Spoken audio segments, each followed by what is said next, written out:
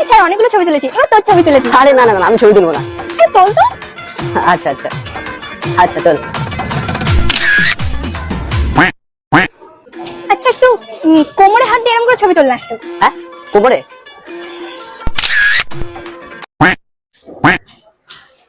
আচ্ছা একটু এরকম ভাবে ছবিটা তোল, মানে একটু মাথায় হাত দিয়ে এরকম করে।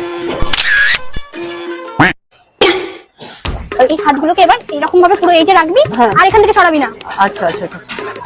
এবার কিন্তু হাত দুটোকে ওরকম করে পেছনেই রাখবি, একদম সামনে করবি না।